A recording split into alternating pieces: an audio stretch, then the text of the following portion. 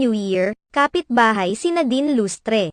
Sa pagsalubong ng taong 2024, nina James Reid at Issa Pressman ay tila sinalubong rin sila ng pambabatikos mula sa mga bashers na hindi pa rin makaget over sa kanilang relasyon.